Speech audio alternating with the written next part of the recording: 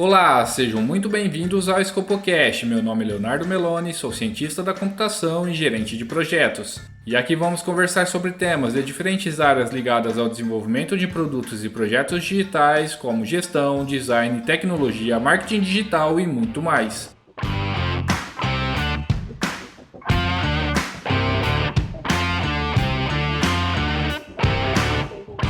E o nosso assunto de hoje é soft skills e hard skills na área de TI. A área de TI está muito aquecida e atualmente estamos com mais vagas do que profissionais no mercado. E por conta disso, as empresas estão começando a se preocupar com os soft skills dos candidatos. Mas afinal, o que são hard e soft skills? Será que realmente devo me preocupar com isso? E para responder essas e outras questões, estou aqui com duas convidadas. A Tamires Vitorino, que é People Analyst, e com a Evelyn Maia, que é gerente de RH.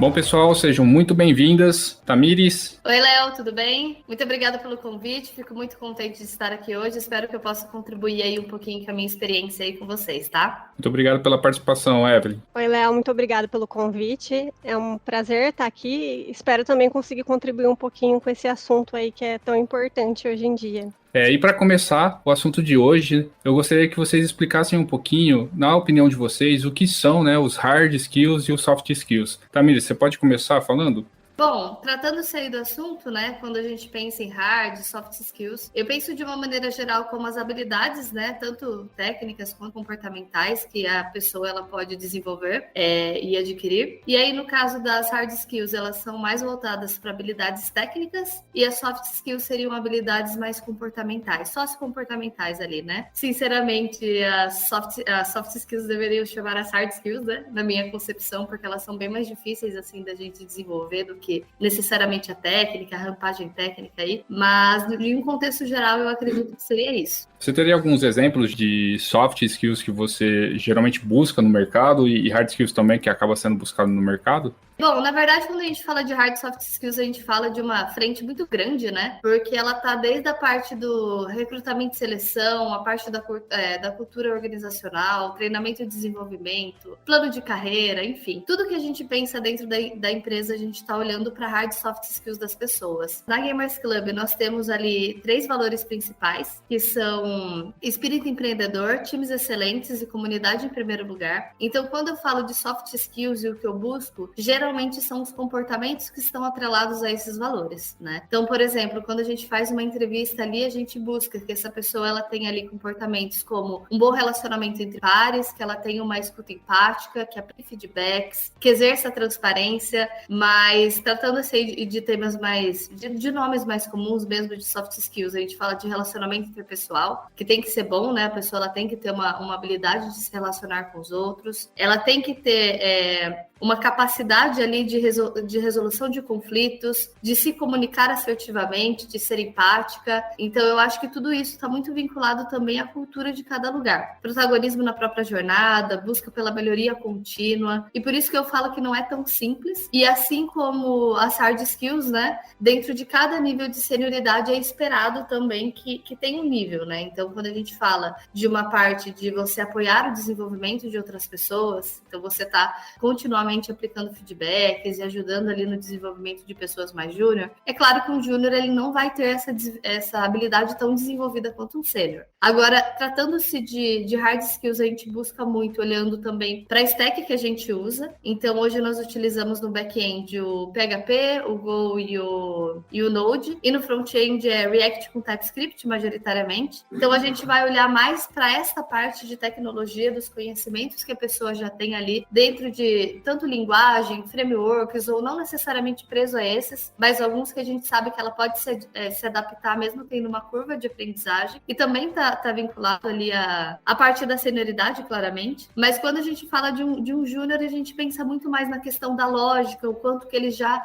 tem a parte de um conhecimento básico de algumas linguagens, o quanto que ele estuda. E aí eu acho que também, pensando em júnior, a gente vai olhar muito mais para a questão da soft skill do que da hard, necessariamente, né? O quanto que ele tem aquele comportamento, né? De buscar aprender, como que ele sabe pesquisar, como que ele se engaja, o interesse que ele tem pela área, pela empresa, pela cultura. Então, olhando de um nível geral assim, Léo, eu acho que eu acabo falando muita coisa, depois a gente pode direcionar mais. Só que eu acredito que se a gente for pensar no processo, quando eu busco alguém, é realmente olhando para a nossa cultura vinculado com o que a gente utiliza aqui e o quanto que essa pessoa ela tem uma flexibilidade também, né? E isso é muito importante, uma flexibilidade para ela se desenvolver e também aprender outras tecnologias aqui dentro. E aí eu tô falando mais de tecnologia aí, que é o tema, né?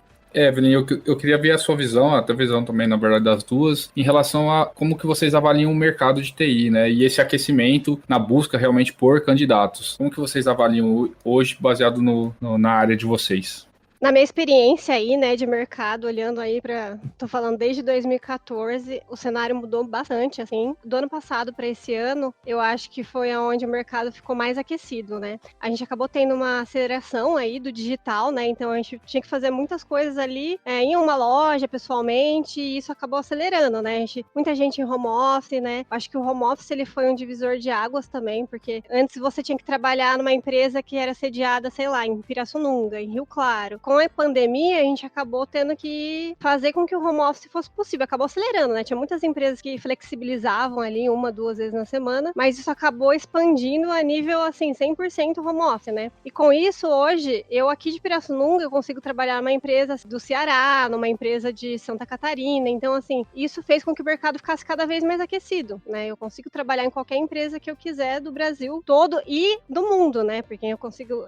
Hoje eu vejo muita empresa dos Estados Unidos abordando aqui, os profissionais brasileiros. Então o mercado está muito aquecido, a gente está tendo uma inflação também dos salários ali, os salários estão inflando bastante, né? A gente tem que se reinventar aqui na área para tentar uma abordagem mais criativa, porque um desenvolvedor hoje ele acaba... tem muito assédio, assim, digamos assim, né? Em relação aos recrutadores que buscam um profissional para sua vaga. A gente não tem tanto profissional, assim, da área de TI, né? Porque é uma área muito específica. O pessoal tem que saber ali uma linguagem de programação. E aí eu acho que a gente está tendo um mercado cada vez mais aquecido mesmo. Eu também, assim, gostaria de saber como que a gente vai lidar com isso, todas as empresas. Eu acho que a gente está chegando no momento que está todo mundo pensando sobre isso, sabe? Sim, a questão também é que hoje em dia você acaba concorrendo, né? Dentro de uma empresa de tecnologia, você acaba concorrendo com empresas que não são necessariamente tecnologias, mas precisa de um desenvolvedor. Hoje a pessoa do TI mudou muito, né? Então, essa área mudou muito. Então, hoje, uma empresa pequena precisa de um programador para poder colocar a tecnologia dentro da empresa. Então, você acaba concorrendo com praticamente todas as outras empresas, né? De qualquer setor. Então, isso acaba ficando um pouco desigual mesmo. E aproveitando essa questão que você mencionou de ter uma alta demanda, né, uma necessidade muito alta dos candidatos, mas a quantidade de candidatos acaba sendo menor. Você percebe que existe hoje uma inversão até da forma que é feito as entrevistas, ou até mesmo buscar um candidato? Você percebe que os candidatos hoje estão escolhendo as empresas ao invés de ser ao contrário? Isso já venho observando tem um tempo, Léo. Por conta da alta demanda, hoje o profissional de TI, ele realmente consegue escolher a empresa que ele quer trabalhar. Por isso que eu percebo que muitas empresas do setor, elas vêm buscando melhorar cada vez mais o ambiente de trabalho, sabe? Pensar de fato mais na qualidade de vida ali do colaborador, melhorar a sua cultura de desenvolvimento de pessoas, sabe? Ter, assim, um local que realmente proporcione um equilíbrio entre a vida pessoal e profissional, porque é isso que os desenvolvedores estão buscando. Eles realmente, né, o pessoal da área de TI, na verdade, realmente conseguem escolher o local que eles vão trabalhar, né? Enquanto a gente vê muitos outros setores que não é bem assim. Até a quantidade de currículos para uma vaga, sei lá, do administrativo e uma vaga para TI, ela é muito diferente, sabe? De aplicação mesmo a vaga. Sim, acaba até sendo uma questão bem estranha, né? Se você for parar para pensar o que aconteceu agora na pandemia, muita gente desempregada e do outro lado a área de TI crescendo muito, né? Muito discrepante, assim, um e o outro, né? Muitas áreas realmente com muita gente sobrando e na área de TI com escassez, né? Então, até por conta disso, acho que a gente vai conseguir abordar um pouquinho mais para frente as consequências disso também, né? Mas acaba tendo alguns pontos negativos em relação a isso, né? Mas aproveitando também, eu queria ver com vocês como que vocês fazem para avaliar os hard skills e os soft skills dos candidatos. Como que vocês fazem isso na prática? Bom, primeiramente, em relação a esse ponto do aquecimento do mercado, que assunto gatilho, Léo? Porque é verdade, isso impacta muita gente que está na frente aí de recrutamento de profissional de tecnologia. E isso realmente mudou muito a forma que a gente trabalha, porque é muita demanda, é pouco profissional, e aí toda essa questão da gente fazer um balizamento e sempre estar olhando a questão de cargos e salários. E é claro que cada empresa ela tem uma realidade, e isso traz muitos desafios para nós. O quanto que a gente consegue atrair esse candidato. Hoje, por exemplo, na empresa que eu estou, a gente tem uma marca empregadora forte por ser do nicho de games, mas ainda assim a gente sofre muita dificuldade. Imagino como que deve ser para empresas assim que não tem uma cultura ou uma marca empregadora tão forte, né? Como que a gente avalia, né? Então, respondendo a tua pergunta, muda, né, entre presencial e também a parte do remoto. Depois da pandemia, a gente teve que fazer um esforço realmente para simplificar o processo seletivo o máximo possível, porque senão os candidatos eles não se engajam até a etapa final do processo, porque tem muita vaga, né? A não ser que a pessoa esteja realmente muito interessada naquela oportunidade, faça muito sentido para ela, seja um sonho ali entrar, e aí ela segue naquele processo normal. Mas a gente realmente tem trabalhado muito na simplificação desse processo seletivo, tá? Eu, como psicóloga, a Evelyn também né? Como a gente falou, a gente se formou juntas. A gente tinha ali uma etapa, primeiramente, ali até de teste, né? De teste psicológico. Na verdade, a gente deixava como uma última etapa ali para validação. Mas também era uma maneira de identificar algumas questões de comportamento que eram importantes. Mas, olhando ali para o cenário remoto, como que eu faço, né? Então, hoje, cada vaga, na verdade, ela é configurada de acordo com o alinhamento que a gente faz com o gestor. Então, não necessariamente todas elas vão seguir as mesmas etapas, né, digamos assim, mas olhando para a tecnologia no geral, como a gente faz? A gente cria ali uma etapa de cadastro, né, então evidentemente a pessoa se inscreve, a gente utiliza um ATS, né, que é um software para gerenciar todo o recrutamento e seleção. A partir do momento em que ela se cadastra, tem um formulário onde ela responde algumas perguntas e que ajuda a gente numa triagem técnica, até para direcionar como que a gente vai seguir ali com o processo seletivo, a necessidade de ter uma etapa complementar ou não, por exemplo, de acordo com o nível de senioridade. Nesse primeiro momento, a gente pode já avaliar um pouquinho de algumas questões de comportamento, mas é muito superficial, né? Então, quando a pessoa ela se engaja, algumas coisas que ela responde ali, o porquê que ela quer entrar na empresa, por exemplo, né? Mas, enfim, seguiu de lá, a gente tem um teste técnico, mas ele é um teste simples, enviado por uma plataforma externa, que demora ali no máximo 90 minutos para o candidato realizar, mas a gente separa 5 anos de experiência com software rodando em produção. Ele faz o teste para uma pré-triagem, até para a gente ser assertivo mesmo, não chegar até o final do processo, despender tempo de ambos os lados. E se a pessoa tiver mais de 5 anos, a gente entende que a experiência dela já está comprovada, digamos assim, né? Não precisaria desse teste. A primeira entrevista é comigo, que é a entrevista cultural, e aí a gente criou um roteiro aqui dentro do setor de People, né? Para mapear um pouco, então, digamos ali 20, 30% de uma parte técnica. Então, a gente já tem ali os pré-requisitos que a gente espera que a pessoa conheça para cada uma das vagas, e eu faço como que o checklist entendendo que linguagem já trabalhou, que framework, né? Como que é o fluxo de trabalho, trabalha com ágil ou não, tem um conhecimento mais full cycle, então a gente vai fazendo algumas perguntas só para aquele primeiro balizamento, e aí a gente entra em questões mais da cultura em si, né? Então, eu pego todos os valores, como eu falei, os comportamentos atrelados a esses valores, e aí a gente faz algumas perguntas para investigar o quanto que os valores da pessoa estão próximos dos valores da empresa, para que a gente realmente consiga garantir, digamos assim, eu sei que não tem como garantir totalmente, mas buscar aí realmente levar, seguir com esse candidato alguma pessoa que tenha um fit cultural que seja aderente ao que a gente espera, tá? Uma das coisas que a gente tem feito muito, então, quando a gente fala de soft skills e vinculado à parte de cada uma das senioridades, a gente fala de coisas como, principalmente tratando-se de startup, né? Por exemplo, inovação, espírito empreendedor, criatividade, a questão da liderança, então tudo isso a gente está falando muito de soft skills, mas mas a gente tenta entender o quanto que a pessoa ela consegue entregar isso hoje no formato remoto. Porque, como a Evelyn falou, né, partindo aí da pandemia, a gente teve que mudar e a gente teve que ter muita criatividade para repensar os nossos processos. E hoje a gente vê empresas que contratam do Brasil todo. Eu não consigo muito imaginar uma empresa que, durante esse período, contratou pessoas de diversos estados, voltar a ser uma empresa 100% presencial. Porque isso aí, querendo ou não, a gente perde muito, muito profissional no meio desse caminho, né? Eu faço algumas perguntas aí, tentando entender um pouco como que é a experiência dele na cada empresa, o que ele gosta, o que não gosta, que tipo de feedback recebe, que tipo de feedback que ele aplica. Então, tudo isso, a ideia, gente, como eu falei, né? A gente tem ali um mapeamento do que a gente espera e eu tento entender não só o que a pessoa diz que ela gosta ou não, o que ela faz ou não, mas eu gosto de ter exemplos do como na prática isso funciona, para realmente entender se ela faz. Essa primeira etapa aí, ela dura geralmente 1 hora, tem que até demorar um pouquinho mais aí, dependendo do perfil. E aí, tendo a primeira aprovação, que é da minha parte, aí a gente segue para a entrevista técnica.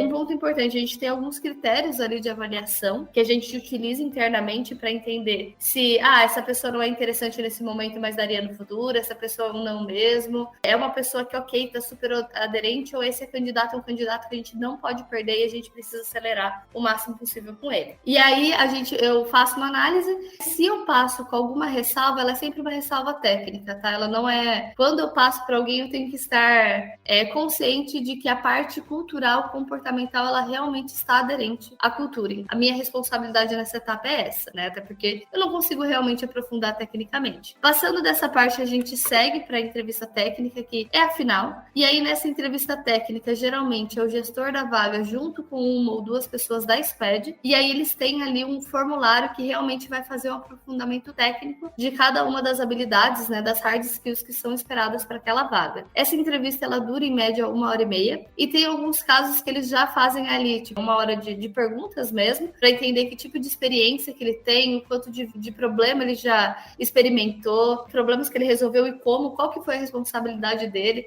Então, assim como eu tenho questões técnicas na minha entrevista, a entrevista técnica também tem algumas de comportamento dentro do processo de desenvolvimento. E aí, em alguns casos, eles reservam ali uma meia horinha para fazer um hands-on, uma coisa mais rápida, para ver na prática como que a pessoa ela consegue ali resolver um problema que eles oferecem, ou até mesmo seguir ali a linha de raciocínio. Então, geralmente é este o formato que a gente utiliza. Quando é para EM, né, Engineer Manager ou Manager, aí a gente coloca uma etapa de case, mas no caso deste processo que eu falei para você, envolvendo a parte de triagem, entrevista comportamental, teste de entrevista comportamental, a técnica em si, a gente tenta fazer esse processo todo em 1,5 semanas no máximo, né? Tem casos, às vezes, que eu entrevisto na terça, a técnica já é na quinta, e aí a gente já envia a proposta na sexta. Isso porque o mercado está muito acelerado. Eu já cheguei a entrevistar gente que estava em 5 processos simultâneos, assim, seletivos, e aí, imagina, né? Em um dia a gente às vezes perde o candidato. É uma loucura. E aí, por isso que a gente utiliza alguns critérios internos para realmente, assim, nossa, se essa pessoa a gente não pode perder, então a gente vai acelerar o máximo possível mesmo, porque a gente entende que o mercado está muito aquecido, que a gente não pode perdê-la.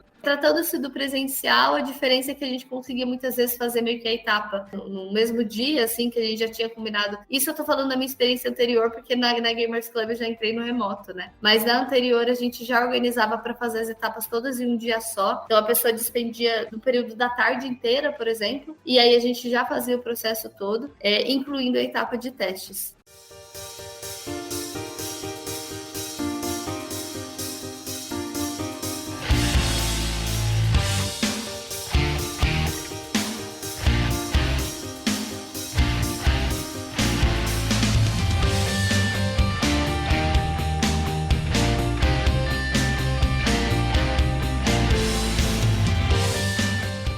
Evelyn, eu queria pegar um pouquinho essa questão que a Tamiris comentou um pouco da parte de avaliar os soft skills, né? Na sua visão, como que funciona o peso, né, do soft skills com hard skills? Quando um bom soft skill sobrepõe um hard skill, ou não existe isso? É meio que um conjunto mesmo que forma as qualidades ali do candidato, ou também baseado na vaga. Como que funciona isso na hora de avaliar?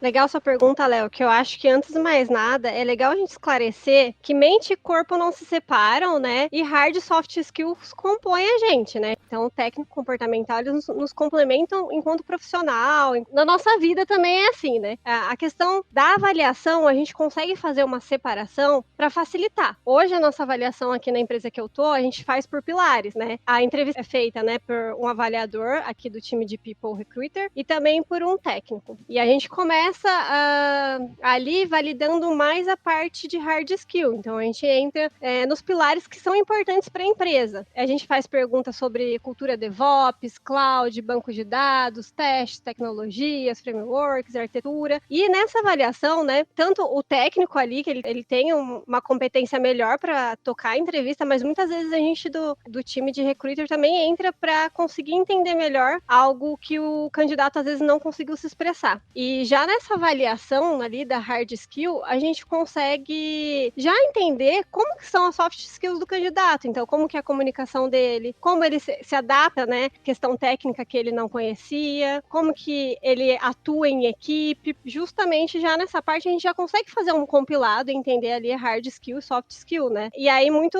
em conjunto ali com o que a Tamiris falou, a gente tem uma cultura aqui muito forte e o fit cultural para a minha empresa ela é bem importante. Então, a gente entender os valores da empresa, os valores do candidato e ver se se conecta, né? Porque não adianta a empresa, por exemplo, ela ser uma empresa que trabalha muito com diversidade, é uma empresa super aberta e às vezes o candidato ele é um pouco mais rígido, ele não se adaptaria nessa cultura, né? Então, assim, a gente também olha ali dentro da avaliação os valores, né? Colaboração, né? Aprendizado. Então, o aprendizado ele é muito importante. A empresa que eu tô hoje, ela fomenta muito que as pessoas busquem aprendizado. A empresa por si só, ela transmite muito conhecimento, a gente tem um monte de guildas, a gente tem a mentoria para conseguir desenvolver aí tanto a soft skill quanto a hard skill de cada candidato. A flexibilidade também, né, dele trabalhar com alguma coisa ali que ele não conheça. A empresa que eu tô também, a gente trabalha muito com agilidade, então é um dos pilares que a gente também avalia, sabe? Se a pessoa vê valor, mesmo que ela nunca tenha trabalhado, se ela vê valor ali na agilidade ou não. A questão do feedback também, que a Tamiris comentou, a gente avalia se a pessoa se sente confortável, se ela vê valor também, assim, numa cultura de feedback, o quanto para ela é importante, né, uma empresa ter uma estruturação ali de feedback, seja informal, formal, o quanto ela consegue se comunicar, né, e quando eu falo de comunicação com o cliente, com o time, com a equipe ali, né, porque muitas vezes a comunicação parece uma coisa assim, ela é muito abrangente, né, eu posso me comunicar com a equipe de uma forma, mas o cliente, por exemplo, ele não tem uma linguagem técnica, então eu preciso adaptar a minha linguagem para conseguir conversar com aquele cliente. Então, assim, a gente consegue fazer uma avaliação de soft e hard skill. A gente também tá nessa questão que a Tamiris comentou de simplificar bastante os processos. A gente avalia GitHub, a gente olha o LinkedIn também da pessoa, mas não tem, assim, o desafio técnico é só assim, se a gente realmente ficou com alguma dúvida em algum ponto específico. Depois da entrevista, a gente acaba enviando para o candidato. Mas não é um pré-requisito, não. Hoje é muito pela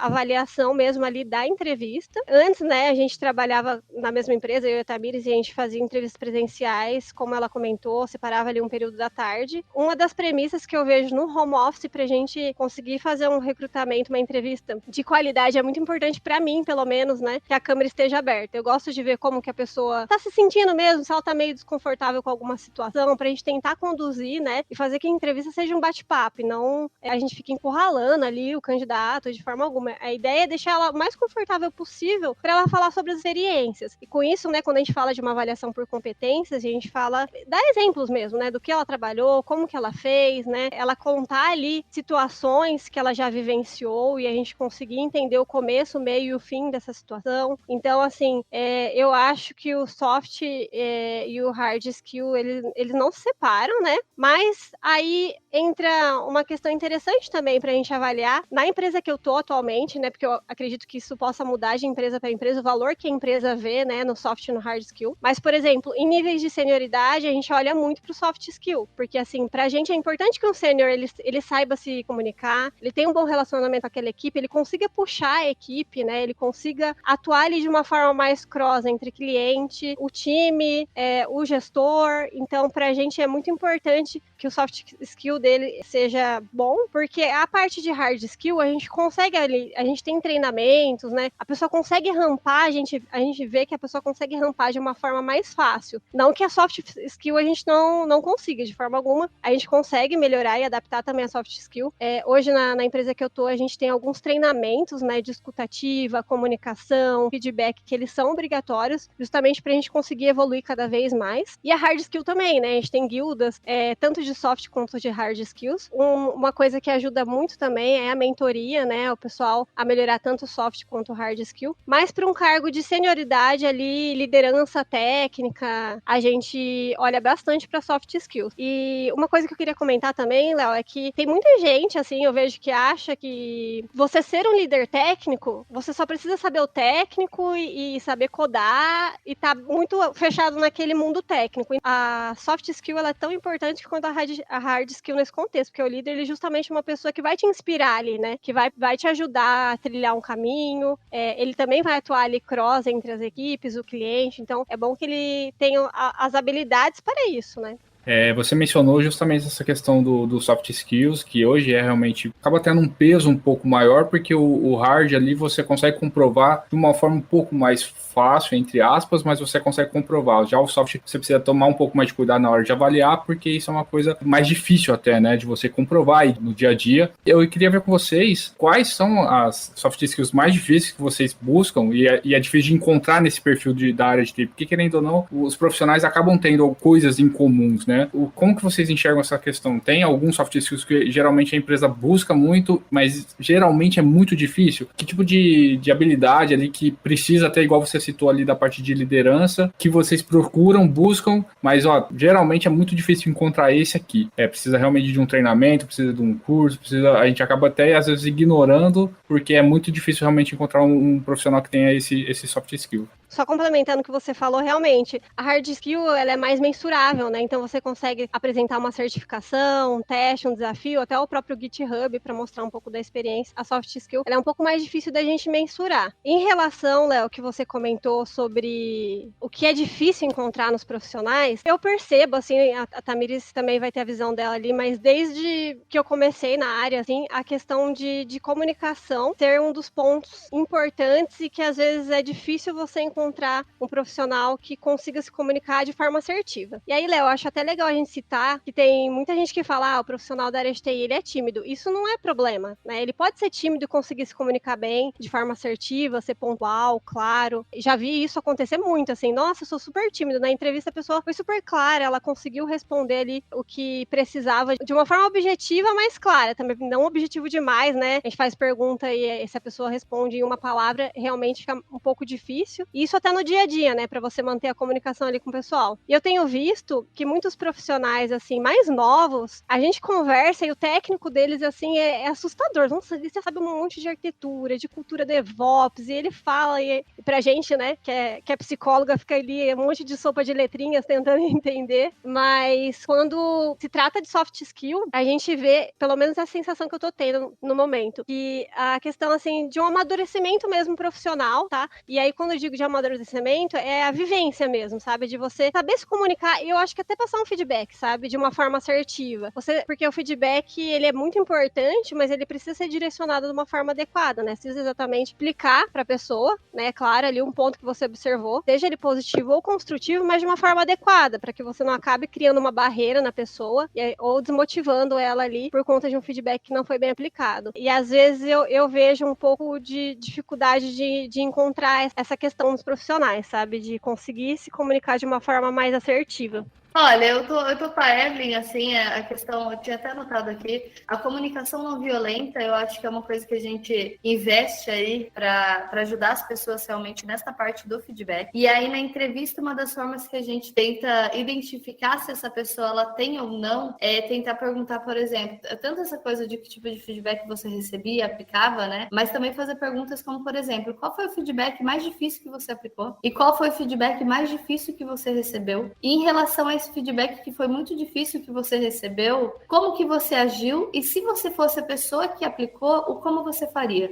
Então, são algumas perguntas que a pessoa às vezes não espera, né? Mas aí a gente identifica que realmente existe um gap, uma dificuldade das pessoas na questão do feedback, por isso a gente faz tantos treinamentos e isso também está elencado ali como um comportamento de cultura, porque a gente sabe que é difícil, né, Léo? E a gente sabe que é difícil não só porque é um feedback na empresa, mas porque nós temos dificuldade de passar devolutivas para as pessoas, mesmo no nosso contexto pessoal, né? Então, nossa, tô puta da vida aqui com meu marido por causa de alguma coisa, às vezes eu não consigo ser assertiva e me expressar exatamente como eu me sinto em relação àquilo, porque qual o impacto disso e como que a gente pode se alinhar para resolver. Isso eu tô falando no contexto mais amplo, eu acho que ele vem desde a cultura, de uma forma geral, né, da nossa cultura mesmo, então é difícil a gente encontrar isso, nós encontramos, mas é uma das dores que eu sinto também, porque é um comportamento muito esperado, principalmente aí dependendo do nível de senioridade, e outros ali que também, assim, são um pouco mais difíceis, é a parte de aproveitar as oportunidades, isso está ligado muito ao espírito empreendedor, então quando eu identifico um problema, por exemplo, eu aproveito essa oportunidade para sugerir uma melhoria, eu encabeço um projeto, eu levo isso adiante, ainda mais em tempos que a gente vive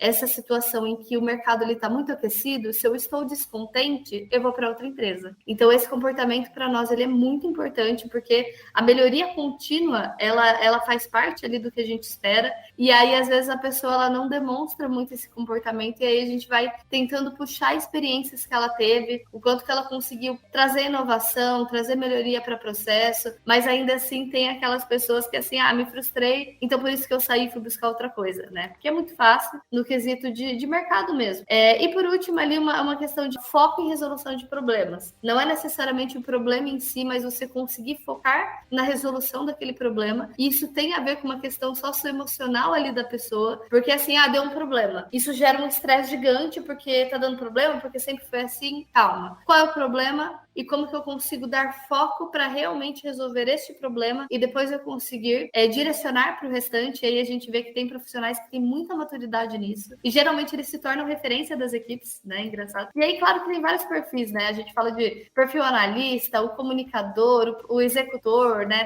Tem outras coisas que a gente associa, mas a gente vê que geralmente se torna uma referência porque consegue ser muito assertivo na forma como vai resolver, assim como resolução de conflitos. Então, no momento ali que você identificou, e aí liderança, né? Que você tinha citado, Léo. Na questão de liderança, beleza. Tem a questão do feedback, do one-on-one, do acompanhamento, ok. E no momento que você identificou um conflito dentro da sua equipe, e como que você faz para realmente fazer um acompanhamento e tomar ações que realmente resolvam esses conflitos ou que você consiga mediá-los de uma forma boa, né? E aí isso tanto envolvendo outras pessoas, então, vou envolver a business partner, né? Vou levantar isso para o manager, eu vou tentar pensar ali um plano de ação junto com essas pessoas primeiro. E aí é isso que é difícil. Como a Evelyn falou, tem a rampagem técnica, e não que não exista isso no comportamental, mas tem toda a nossa história de vida, é muito difícil a gente aplicar isso, a gente tem medo de ofender alguém, de não ser assertivo na hora de falar. Então é muita coisa envolvida aí no momento que a gente pensa em resolução de conflitos, não é tão simples assim. Mas e aí eu acho que de um contexto geral seriam esses pontos aí, né? A parte de comunicação, aí pensando mais comunicação não violenta e feedback, a parte de aproveitar oportunidades, né? E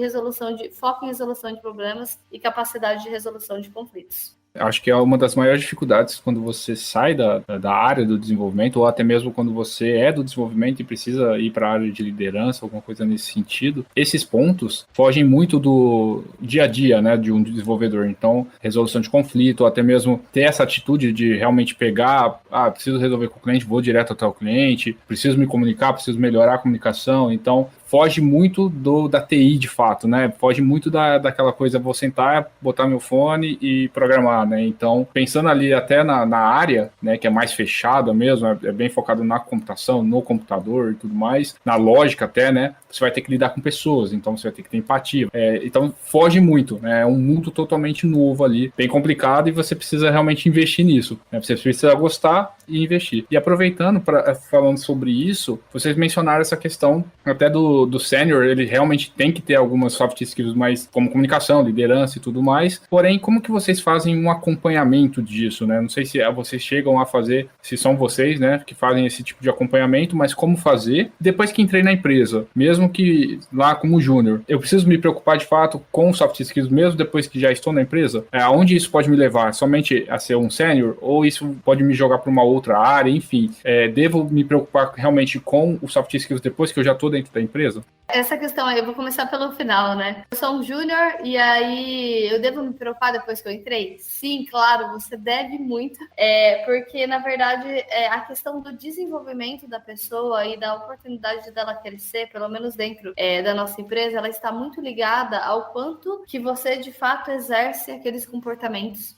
que a gente espera e que agregam valor de fato dentro da empresa, né? Então, por mais que a gente está falando às vezes de uma questão técnica, então quando a gente vai avaliar a entrega. Então, por exemplo, eu peguei, eu encabecei um projeto, eu desenvolvi e eu entreguei com muita qualidade, né? Então, tudo isso, existem várias questões técnicas envolvidas de como você conseguiu tanto realizar quanto efetuar essa entrega, tá? Mas é evidente que quando a gente fala disso, a gente está falando também de alguns comportamentos que a gente espera que ele tenha, né? Então, a pessoa, ela demonstrou de fato, por exemplo, a gente que tem lá a comunidade em primeiro lugar, né? Ela priorizou ações que impactam de acordo com a necessidade da nossa comunidade, né, que são os nossos clientes, né? Então esse projeto ele realmente teve a relevância, ele teve esse pensamento de olhar para a comunidade, ele teve o pensamento de priorizar, ele teve o comprometimento, ele gerenciou bem o seu tempo. Então, quando a gente pensa na questão comportamental, a gente vê isso muito no dia a dia. Então, esse acompanhamento, sim, ele é feito. Tem o acompanhamento da Business Partner, mas a gente tem ferramentas internas para realmente conseguir fazer esse acompanhamento. Então, fora os processos formais ali de feedback e os one-on-ones que ocorrem dentro da empresa, a gente tem também o plano de desenvolvimento individual, que é o PDI, e aí ele roda nos nossos períodos de check-in, que são a cada 6 meses, e a gente tem também o nosso período de calibragem, que daí são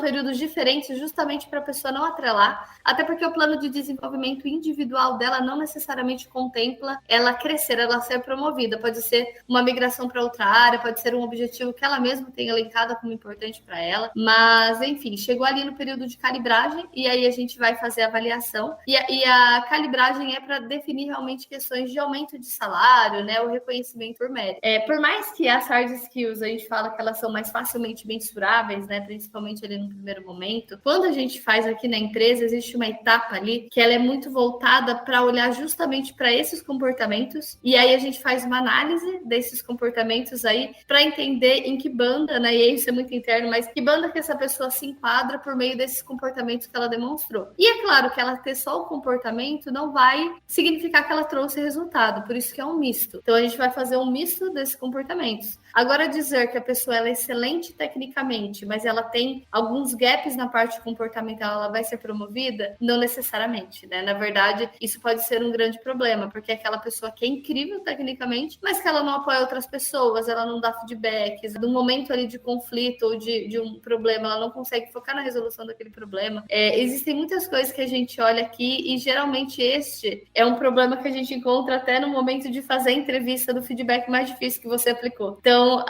quando que é, né? Muitas vezes a pessoa fala, puxa, era uma pessoa que era incrível tecnicamente, nossa, muito boa, mas ela era totalmente inflexível, né? Ela não escutava, ela não estava aberta ao desenvolvimento, a escutar propostas de melhoria. Então, a gente vê o quanto que é, sim, importante e o quanto que, mesmo que esteja na caixinha ali, como você falou, de programação, do rodar, para que uma equipe ela consiga ganhar autonomia dentro dos processos ágeis, a gente fala muito de squads autônomas, né? Para a gente conseguir garantir essa autonomia dentro de um perfil diverso, claro, né, que vai ter a pessoa mais introspectiva, a pessoa mais extrovertida, eu acredito que o desenvolvimento dessas habilidades, elas trazem muito ganho para a gente realmente alcançar os nossos objetivos. Então, a pessoa que entrou júnior ali com alguns comportamentos, inclusive é engraçado que alguns júniores, né, por mais que seja júnior, tem um comportamento de liderança, mas enfim, mesmo que ele entrou como júnior e algumas coisas, elas não vão ser esperadas que ele seja um expert naquilo, né, em ambas as frentes, é evidente que esse acompanhamento ele será feito para que ele realmente possa crescer na empresa, porque também imagina, a pessoa está lá há 2 anos, ela não teve nenhum reconhecimento, não teve nenhuma promoção, e muitas vezes é vinculada a uma questão de comportamento, a pessoa se desmotiva também e sai. Então a gente precisa trabalhar muito forte nisso e realmente identificar para conseguir direcionar e trabalhar forte em ações para engajamento de cultura cultura, tá? Eu acredito que seria mais isso. Realmente deixar bem transparente, né, para o candidato também o que a empresa espera e o que ele precisa realmente ir evoluindo.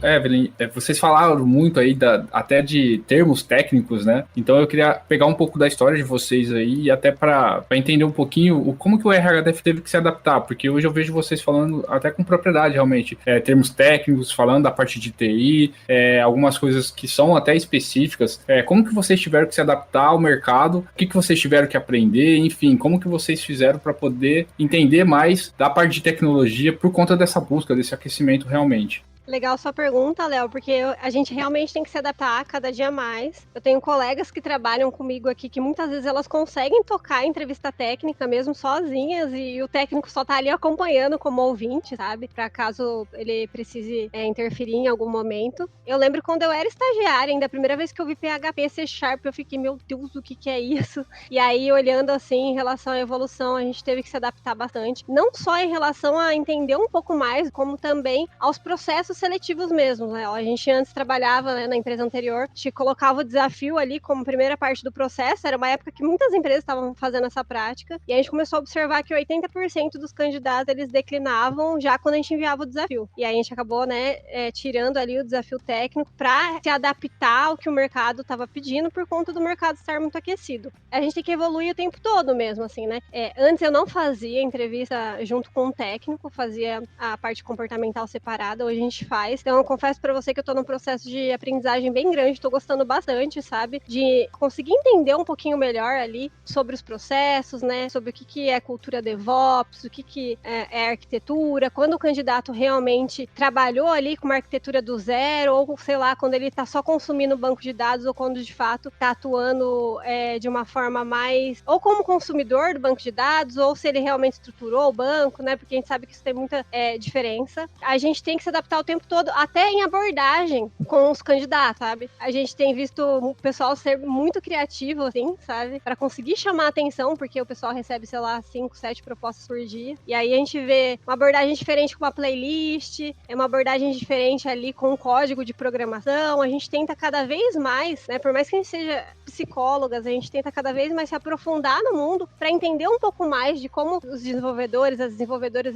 elas enxergam, né? Esse mundo de TI, né? Na verdade. A gente tenta entender para tentar falar na mesma linguagem, sabe? Até pegando também essa questão, Evelyn, você mencionou muito dessa questão da parte de se adaptar, da questão de aprender, de evoluir, até finalizou falando de falar na mesma língua. Você já trabalhou com outras áreas na hora de recrutar? E se sim, você realmente viu muita diferença até mesmo nos candidatos, no perfil dos candidatos? Em algum momento foi citado também que o perfil tímido não necessariamente é o que é um candidato ruim, porque às vezes ele vai ter uma boa comunicação e tudo mais, mas você sentiu isso vindo para a área de recrutamento de tecnologia? Você percebeu um perfil um pouco mais fechado, um perfil às vezes que fala menos? Isso foi algo que você vê bastante? Existe um traço mais comum nesse perfil?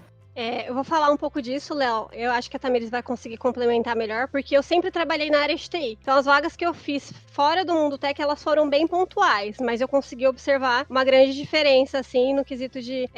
uma das primeiras entrevistas que eu fiz era de um menino, ele era bem jovem, assim, e ele me mostrou um projeto que ele tinha feito de uma impressora 3D com materiais recicláveis. E eu fiquei, assim, meu Deus do céu, sabe? Ele tinha mesmo uma dificuldade de se comunicar, né? Mas ele foi evoluindo ao longo da carreira. Hoje ele já tá num nível aí de senioridade avançado, porque justamente ele teve que evoluir ali junto, né? Ele já tinha hard skill muito forte, ele teve que evoluir a soft skill também. Já fiz para outras áreas. Tem diferença de perfil na minha visão, né? Claro que é muito único isso, né? Depende da vaga que você vai fazer, a gente tem uma diferença ali de perfil. Mas da minha experiência, os perfis de TIs, eles são bem únicos assim mesmo. E eu tenho notado que cada vez mais o pessoal tem conseguido se expressar muito bem, sabe? mesmo sendo tímido. Então, acho que por isso que eu citei sobre ser tímido, mas não necessariamente não saber se comunicar. Acho que a Tamires consegue complementar porque ela já trabalhou, né, numa consultoria aí com vários tipos de perfis e eu acho que ela consegue ajudar a gente também a ter essa visão. Eu trabalhei em consultoria por 2 anos, antes de entrar na LuxFacta. E aí lá eu fazia um pouquinho de perfil de suporte técnico, mas nada voltado de fato para desenvolvimento. E aí realmente eu acho que eu posso complementar, porque foi uma mudança bem brusca, assim, para mim. Eu trabalhava com diversos tipos de perfis, desde operacionais, gerenciais, técnicos, né? E hoje na Gamers Club a minha maior demanda é tecnologia, mas não só. Então eu também faço outras vagas, né? Para área administrativa, financeiro, para área de eventos e parcerias, né, para a área de mídia. Então, eu não sou restrita a um único tipo de perfil, tá? Mas sim, tem uma diferença bem grande, viu, Léo? Eu acho que tanto de questão de exigência mesmo, quanto da parte de comportamento, talvez. Só que para mim, o que me surpreendeu é porque eu vinha, na minha cabeça, quando eu fui trabalhar na software house, eu tinha muito uma ideia de que o profissional de TI era aquele cara bem estereotipado, né? O cara, pessoa, né? Vamos lá, diversidade. Mas era a pessoa bem estereotipada mesmo, tipo o Big Bang Theory, assim, que tem o Sheldon. E aí, quando eu fui conhecendo essas pessoas, por mais que sim, tem as pessoas que têm uma dificuldade ali mais no desenvolvimento interpessoal, isso realmente a gente vê, né, dentro do cenário de TI. E as empresas, elas têm tido um esforço para desenvolver as pessoas, e eu acho que por isso a gente chegou num nível de ter visto muito, de ver muito mais, na verdade, esse perfil um pouco mais desenvolvido, né, porque as próprias experiências elas fomentam isso.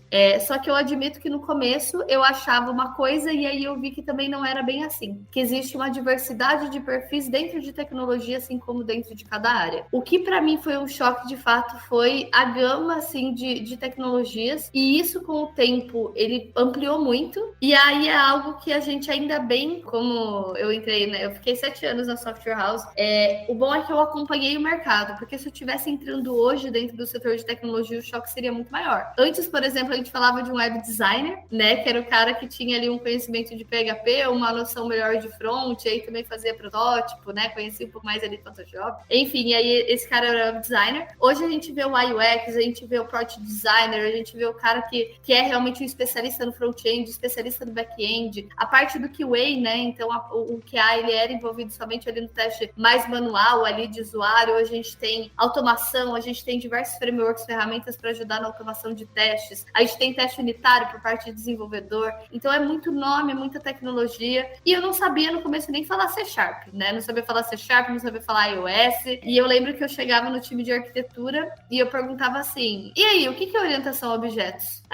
Eles queriam me matar e falar: meu Deus, tá mesmo essas perguntas. E eu e a Evelyn, a gente fazia muito, né? E a gente falava: não, mas o que é? Quando fala que é o PHP puro, o que é? O que é uma orientação a objetos? O que é um framework? Tipo, se a pessoa conhecer um Laravel, mas a vaga for para CodeIgniter, serve? Não serve? Então, imagina, né? Pro recruiter, assim, é muito difícil no começo.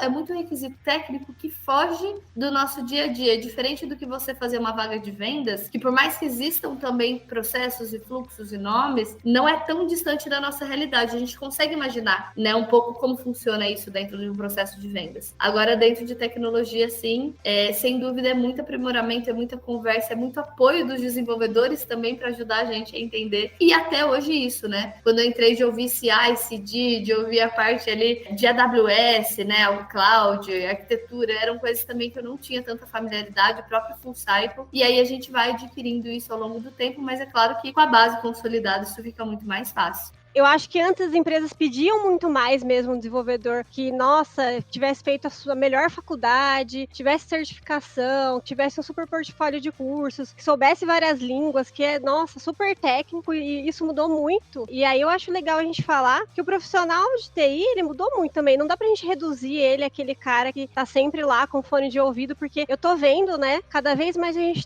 ter profissionais diversos. Então a gente tem mais mulheres, a gente ter trans, a gente tem ter pessoas pessoas negras, né, dentro do processo. Eu e a Tamires mesmo, a gente sempre gostou muito de estar perto, né, para entender ali a linguagem do pessoal, né, o que eles gostavam de fazer. A gente jogava baralho com o pessoal no horário de almoço. A gente tem muitos amigos de TI, né, porque a gente gosta muito, assim, mesmo desse mundo que ele é diferente, assim, né, sempre tudo muito atual, é tudo muito rápido. E eu acho que, assim, não dá pra gente reduzir o profissional de TI, aquele cara que tenta, coloca o fone de ouvido e é tímido. Hoje em dia, eu tenho visto de tudo, assim, nos processos seletivos. Pessoas que se comunicam super bem, que são diversas, que têm características muito diferentes. Então, eu acho que o perfil, ele vem mudando cada vez mais à medida que as pessoas, até nas escolas mesmo, né, o pessoal mais novo aí, eles têm mais contato com a tecnologia do que eu tive, por exemplo, na época que eu tava ali na escola. Então, eu acho que isso tem deixado, né, os profissionais ali de TI cada vez mais diversos. Eu acho isso super positivo e muito importante a gente ressaltar isso. Eu estava recentemente estudando sobre a questão de diversidade. Quando a gente fala de diversidade, a gente pensa muito mais diversidade de gênero, LGBTQIA+,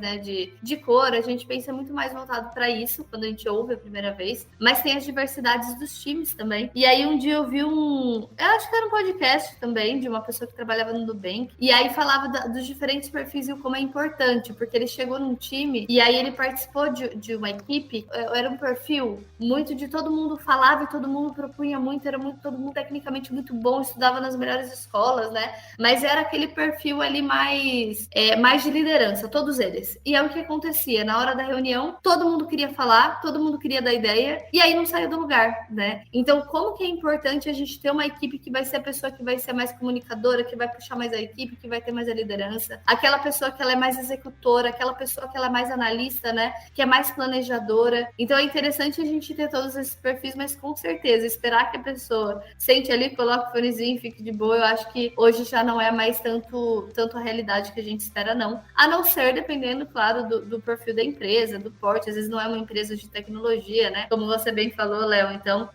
tem aí alguns pontos fora, mas eu acho que hoje em dia a gente busca muito mais a gente espera muito mais esse profissional, porque isso realmente vai garantir uma qualidade melhor nos processos e nas entregas de uma forma geral. E da experiência da própria pessoa e o quanto que ela se desenvolve também.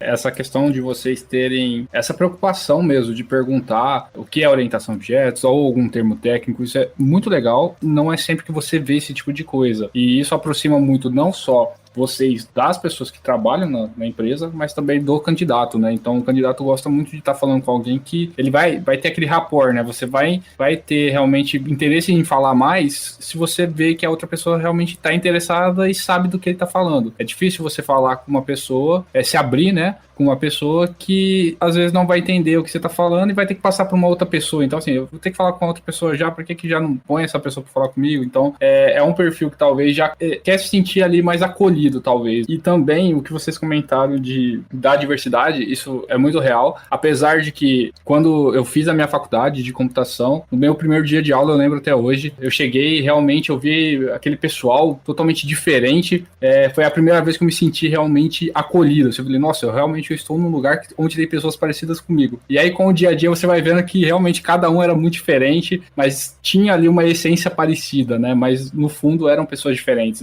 Na forma de lidar com os trabalhos, a parte de responsabilidade, a parte de liderança, isso no dia a dia você vai vendo diferença, mas no primeiro momento, a hora que você batia o olho, você fala, nossa, achei meu lugar, realmente todo mundo aqui parece comigo, e realmente parecia em alguns pontos, mas no dia a dia você vai vendo que o perfil vai mudando e realmente tem essa diversidade. Eu percebo isso também, tem muito mais gente se interessando pela área. Antes, realmente, talvez era um caminho mais fechado, né? Você ia ser taxado, até mesmo acho que por conta disso também, né? E hoje é um assunto mais aberto mesmo. Falar de tecnologia é um assunto mais aberto. Hoje se busca muito isso, se investe muito nisso, né? É muito mais atrativo também. E acho que isso tem ajudado também a ter mais pessoas buscando essa área. E aí eu só ia fazer uma última pergunta. Vocês até citaram essa questão que realmente faz muito sentido. Antes se olhava muito onde a pessoa estudou, o que ela já fez, enfim. Antes era uma análise bem mais mais acadêmico, né, do currículo, e hoje se preocupa muito mais com a parte técnica, o que a pessoa coloca no ar para poder deixar isso aberto, talvez, disponível para outras pessoas avaliarem, se ela participa de comunidades, enfim. Hoje você tem muito curso rápido, né, que faz essas promessas de aprender e já entrar no mercado de trabalho, acaba sendo uma ponte ali para poder entrar no mercado de trabalho. Como que vocês avaliam isso? Vocês acham que hoje está tendo, apesar de ter poucos candidatos, ainda alguns deles com apenas essa pequena experiência, faz um curso e já acha que tá apto a fazer um projeto, por exemplo, trabalhar junto num time? Como que vocês têm visto os candidatos em relação a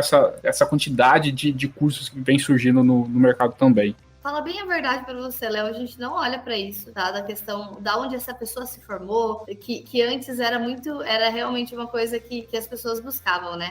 Se essa pessoa estudou na Unicamp, se ela estudou na Unesp, então já considera. E eu entendo que é porque a formação ali é esperado que aqueles profissionais eles se formem muito bem por conta da base, né? Da grade curricular ali daquela determinada instituição. Então, muitas vezes o foco de hunting era a graduação que ela tinha, a faculdade que ela estudava, mas com o tempo isso foi diminuindo, e hoje muitas vezes a pessoa ela não terminou uma graduação, ou ela muitas vezes não fez, mas ela fez muitos cursos ali para aperfeiçoamento profissional voltado para a área dela. O que eu mais olho poxa, ela fez esses cursos, então ela tem um interesse, e muito mais ela está atualizada com o mercado. Então, nossa, assim, o tanto de framework que saiu aí nos últimos tempos nem se fala, né? E aí o quanto que... E até linguagem, o quanto que isso vai evoluindo, e aí a gente vai vendo o quanto que ela vai estudando para realmente acompanhar o mercado, e também se prender a boas práticas também. Mas o que a gente mais olha, assim, olhando para tudo, é de fato a experiência. Então, por mais que ela não tenha ali uma graduação completa, ou por mais que ela não tenha ali um curso profissionalizante que seja forte ali dentro da área dela, é claro que se ela tiver, vai ser um diferencial, né, ali. Mas o que realmente vai validar se ela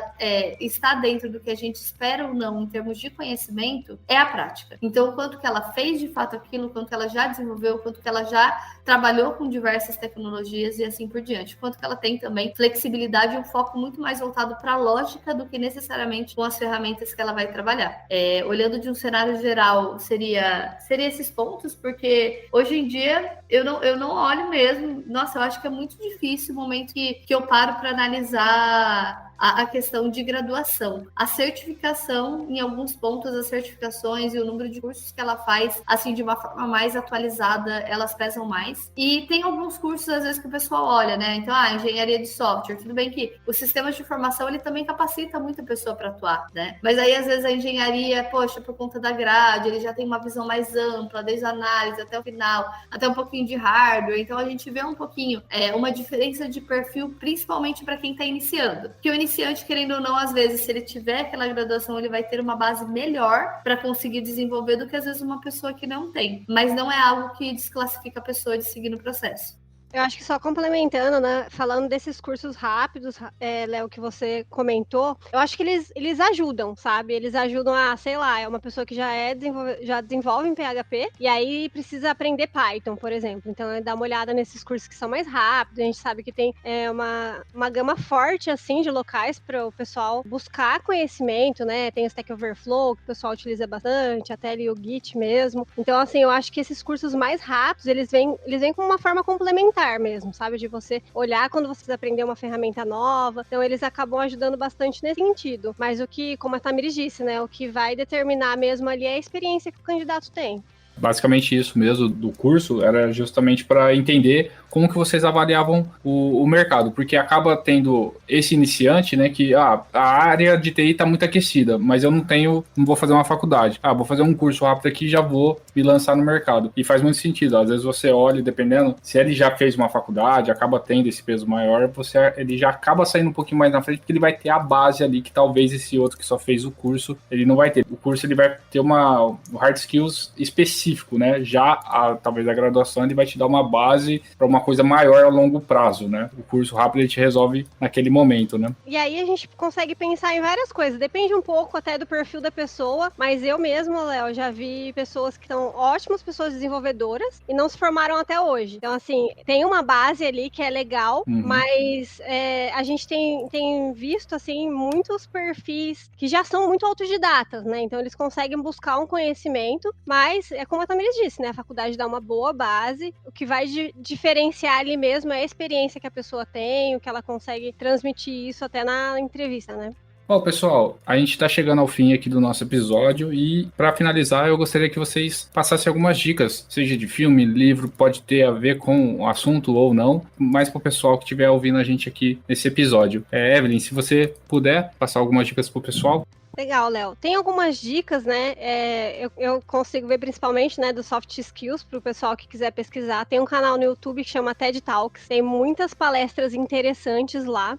Vou citar de uma específica, né? Que é para início de conversa, chama da Carolina Naon. Depois, se quiser, também posso passar o link, mas fala sobre comunicação não violenta. Tem alguns livros também que eu acho que complementam quando a gente fala de feedback, né? Tem um que chama A Importância de Dar e Receber Feedback. Tem um também de escutativa que chama O Palhaço e o Psicanalista, Como Estudar os Outros Pode Transformar Vidas, do Christian Dunker e Cláudio Tebas, que são livros bem interessantes aí pra gente falar de escutativa, né, comunicação não violenta, pra gente conseguir melhorar um pouco das soft skills. Maravilha. E você, Tamiris? Olha, alguns dos pontos que eu ia falar, a Evelyn já falou, então...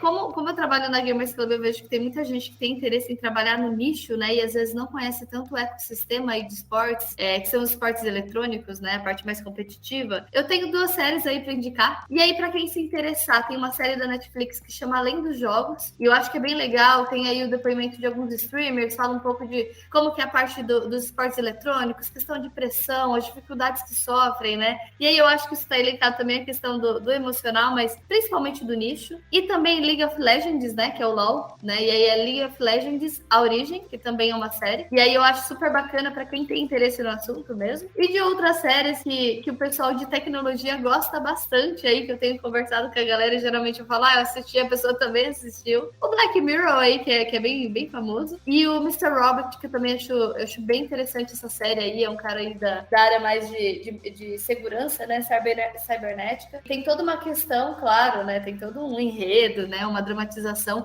mas é interessante porque conta também do ponto de como que ele lida com as situações que ele vivencia, sabe? E que exigem dele um desenvolvimento ali emocional para conseguir lidar com todas aquelas situações que acontecem. Mas eu acho que seriam mais fora do enredo, dentro ali do tema, eu acredito que esses que a Evelyn indicou já são excelentes aí, excelentes caminhos. Ô, Léo, que eu lembrei de mais um. Pode falar. Uma série interessante que a Tamira estava falando do mundo de TI aí, que chama Dilema das Redes Sociais e Privacidade Hackeada da Netflix, que é bem interessante também para quem quiser assistir, indico. É muito bom. Realmente as séries aí, todas que vocês passaram, eu já assisti, realmente são muito boas, vale a dica aí pro pessoal. Bom, pessoal, quero agradecer a participação de vocês, foi realmente muito bom, vocês falam muito bem sobre o assunto e enriqueceu aqui bastante o nosso episódio de hoje. Obrigado, Tamiris, pela participação. Eu que agradeço, Léo, o convite, eu também gostei bastante, espero que a gente possa se ver em outros momentos. Obrigado, Evelyn. Agradeço muito também o convite, Léo, foi muito bom estar aqui com vocês e falar desse assunto. Obrigado, pessoal, novamente e até mais. Tchau, tchau.